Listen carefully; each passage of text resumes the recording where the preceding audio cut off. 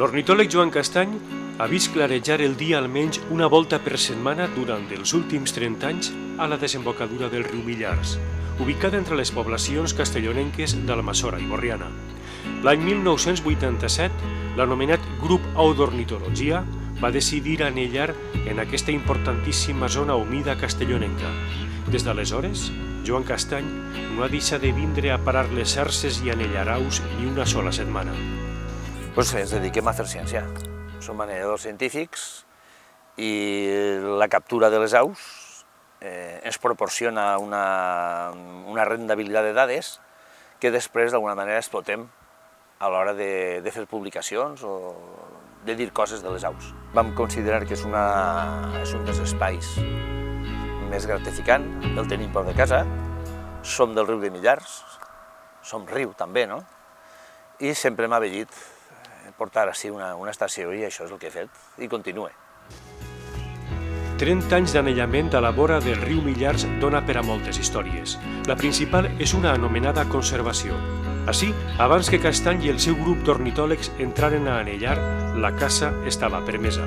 Avui atresora les figures de paisatge protegit, zona d'especial protecció per a les aus, lloc d'interès comunitari, zona humida, refugi de caça i espai natural inclòs en la xarxa europea Natura 2000. En total, 490 hectàrees d'espai natural fluvial per al gaudi de la fauna, la flora i els visitants amants de la natura.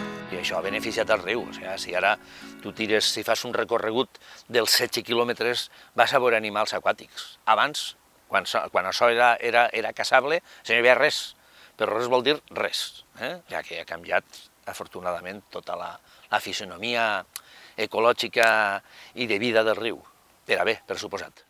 Per les mans de Joan Castany i la resta d'anelladors han passat milers d'aus, tantes que han perdut el compte mental si no consulten les bases de dades.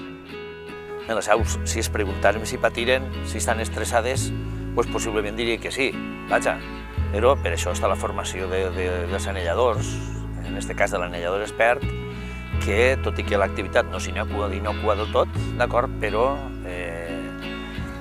has de proporcionar-li el mínim estrès a l'animal. El riu és un ecosistema canviant i imprevisible a pesar de la quantitat d'embassaments, preses, pantanets, assuts i altres obstacles de riu amunt. Després de 3 dècades anellant aus al mateix lloc, han vist com el riu ha canviat desenes de vegades. El riu està sotmès a variabilitats naturals, quan hi ha riuades, de forma natural, diguem, tot i que el Millars té 2 pantans, no 3 pantans, Maria Cristina, el Sitjar i després del Montanejos. A pesar d'això, quan hi ha riuades, si el riu diu allà vaig, d'acord? Les circumstàncies d'enguany és que el riu ha portat aigua per decisions antròpiques. Són les societats de regants les que determinen si el riu ha de tindre aigua o no i també l'obligatorietat de complir en la normativa legal. Captura, mesures, anellament i solta. Aquest procés ha passat per les mans de Joan Castany i altres ornitòlegs durant els últims 30 anys. La quantitat de dades científiques que atresora el Grup Au d'Ornitologia de Castelló a la desembocadura del riu Millars és descomunal i imprescindible per a continuar apostant decididament per la conservació d'un espai natural d'una extraordinària importància ambiental.